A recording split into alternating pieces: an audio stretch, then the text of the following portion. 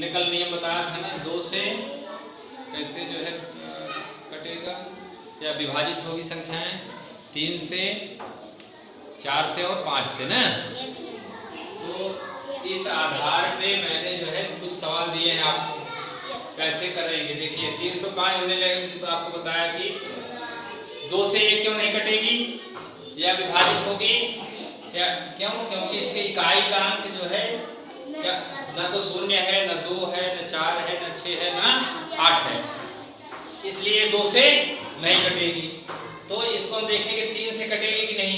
3 से कटने के लिए क्या नियम है, सबको जोड़ दे। तो 5 में 0 जोड़ोगे 5 और 3 8, और 3 से भाग देंगे तो 8 नहीं कटेगा, इसलिए 3 से भी नहीं कटेगी। इकाई का अंक इसका क्या है, 5 है, इसलिए 5 से कटेगी।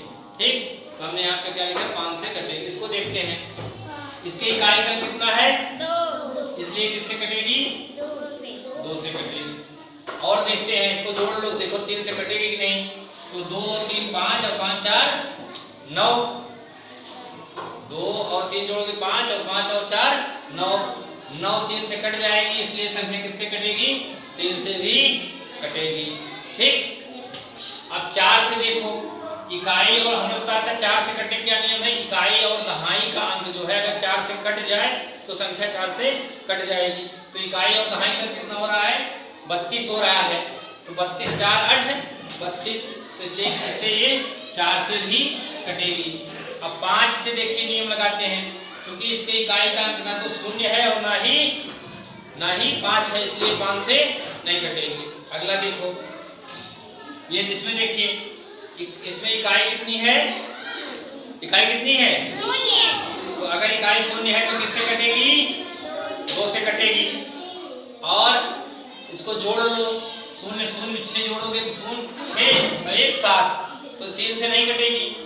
4 से देखो, हमने बताया था कि अगर इकाई और दहाई का अंक क्या हो, 0 हो, दोनों इकाई और दहाई दोनों का अंक कितना हो, 0 हो, तो कितने से कट जाती है, 4 से कट जाएगी। तो ये 4 से भी कट जाएगी। अब नियम लगाओ 5 वाला, इकाई का अंक 0 है, इकाई का अंक 0 है, तो ये 5 से भी कट जाएगी, तो ये 5 से भी कटेगी। अब आगे देखते हैं, इसमें देखिए इकाई का अंक क्या है 4, इसलिए 2 से कट जाएगी।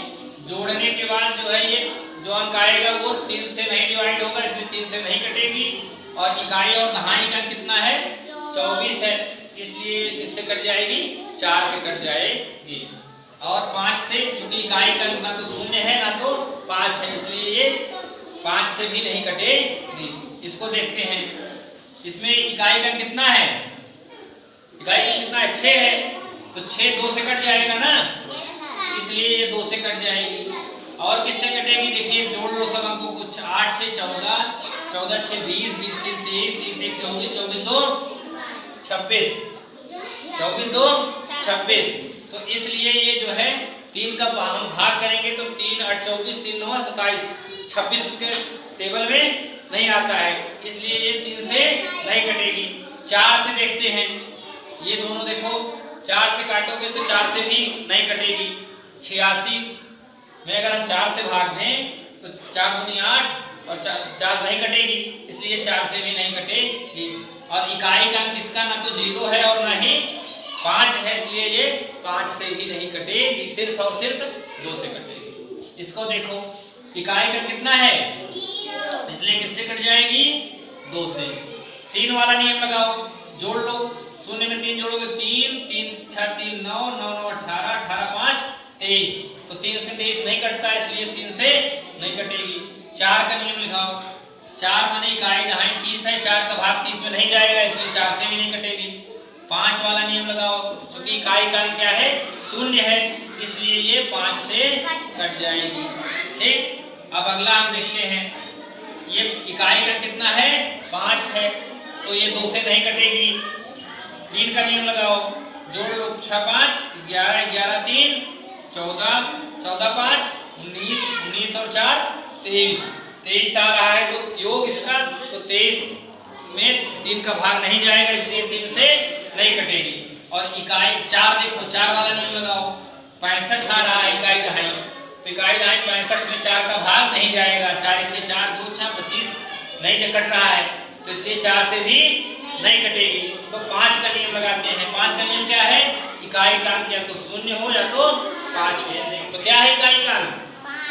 तो इकाई का अंक इसमें 5 है, इसलिए किससे कट जाएगी? 5 से कट जाएगी। बस समझ में आई?